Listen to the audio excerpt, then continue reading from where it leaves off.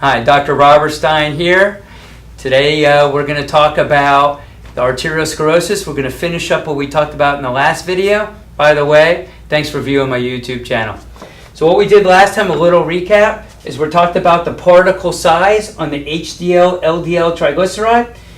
It's not the quality, it's not the quantity that's important, it's the quality. You can have a good cholesterol at 250, you can have a bad cholesterol at 150. We got to really get this dialed in, and I'm going to show you the blood chemistry markers that indicate where you stand. So what happens again, quick recap, when you have a small particle, which is a bad HDL or a bad HDL, a bad triglyceride, is they get enlarged into the arterial wall, you form a foam cell, causes arteriosclerosis or plaquing, which could lead to possible high blood pressure, heart attack.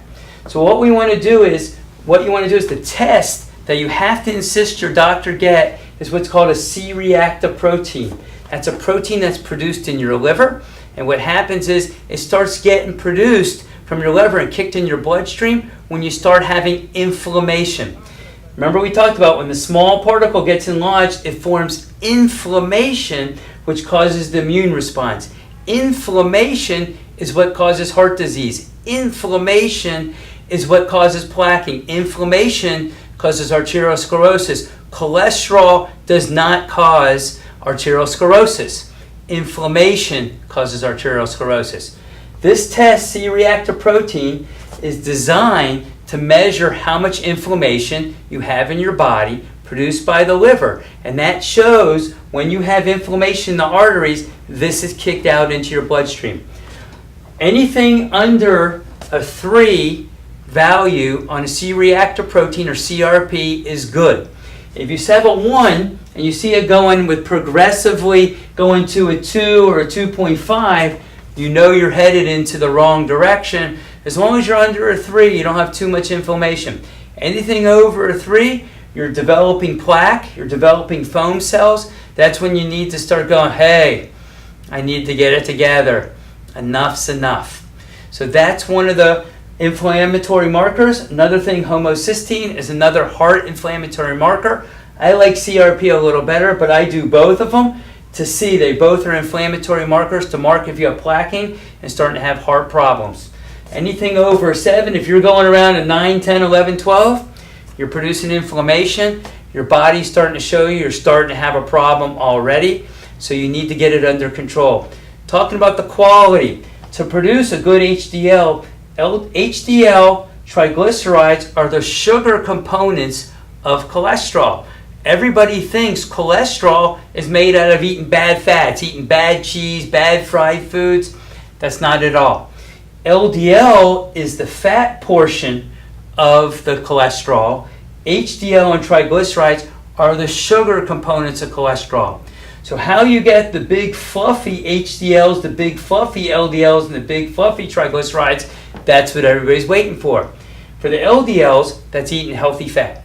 If you eat healthy fat, if you eat organic, antibiotic, hormone-free, dark meat chicken, white chicken, wild salmon, anything with an organic or healthy fat, what happens, it forms avocado, healthy avocado, coconut oil, organic cold-pressed coconut oil, olive oil, but healthy olive oil. All these oils, all these fats are organic or antibiotic hormone-free, produce the big particle size in the LDLs. It will go right through the bloodstream, give you all the positive effects of cholesterol, all the positive effects of LDL.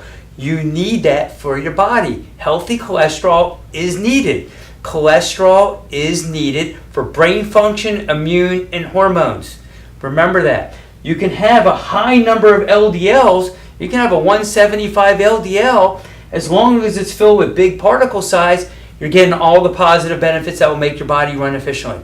If you have an LDL of 75, but they're all small particles, you're getting arteriosclerosis and inflammation. HDLs is good sugar. Eating broccoli, asparagus, plums, avocados, all healthy fruit, healthy vegetables is going to make you have big particle HDLs and triglycerides. Small particle HDL, bread, pizza, Krispy Kreme donuts, Coca-Cola, Mountain Dew. Sorry, everybody. I'm just a deliverer. Don't blame me. I just tell you how it is. But if you want to go from small particles to big particles, you need to change what you're doing. And you need to change it now. It's reversible, unless it's too late. What happens if it is too late, what happens is number one, what people get is they get chest tightness, chest pain. If any of these markers are really high, I recommend, it's a little invasive test. I recommend an angiogram or a cardiac catheterization. It's more of an aggressive test, but it will save your life. It will save your life. If you do have plaquing in there and you do have any signs and symptoms of any type of heart attack, and I learned this because I used to go years ago into the cardiac cath labs and watch heart surgery where they put the catheterization in and take the plaque out and actually push it against the walls. It will save your life.